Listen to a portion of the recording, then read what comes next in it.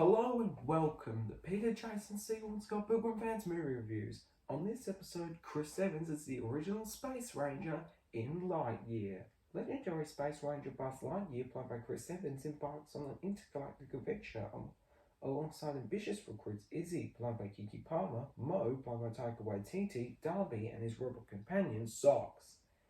As this motley crew tackles their toughest mission yet, they must learn to work together as a team to escape the evil Zurg, played by Brolin, and his dutiful robot army that are never far behind. Lightyear is a spin-off of the Toy Story series, but does not take place in the same fictional universe as they do. Rather, it is presented as a film that characters in the main Toy Story films have seen. Lightyear was directed by Angus MacClane in his feature film debut, and it was written by MacClane alongside Jason Headley. The movie was released on the 17th of June 2022 and it got a 74% on Rotten Tomatoes, a 60 on Metacritic, and had a budget of $200 million and made about $206.4 million. It opened number 2 on the US box office behind Holdover Jurassic Park Dominion at number 1. In its second weekend, Lightyear declined $64.1 million to $18.2 million, the second lowest sophomore drop for a Pixar film after Onward, which opened at the onset of the pandemic.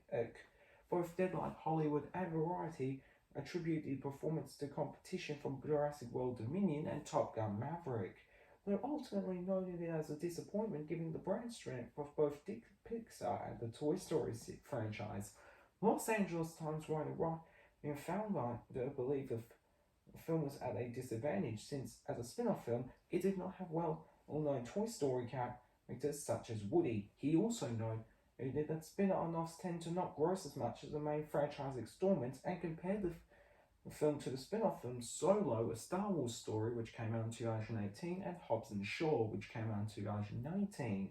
Pamela McClintock of The Hollywood Reporter wrote that in addition to competition from Jurassic World Dominion and Top Gun Maverick, the lackluster opening was attributed to the brand confusion in the film's marketing. Other box office analysts believe family audiences might not have shown up to theaters after being accustomed to the availability of Pixar films at home after their three previous films, Soul, which came out in 2020, Luca, which came out in 2021, and Turning Red, which also came out in 2022, were released directly to Disney Plus during the pandemic. Some box office analysts that fans were reluctant to attend theaters in general, all due to COVID-19 concerns. However, although this was disproven after Minions: The Rise of Gru opened to $107 million in the US and Canada 2 weeks later.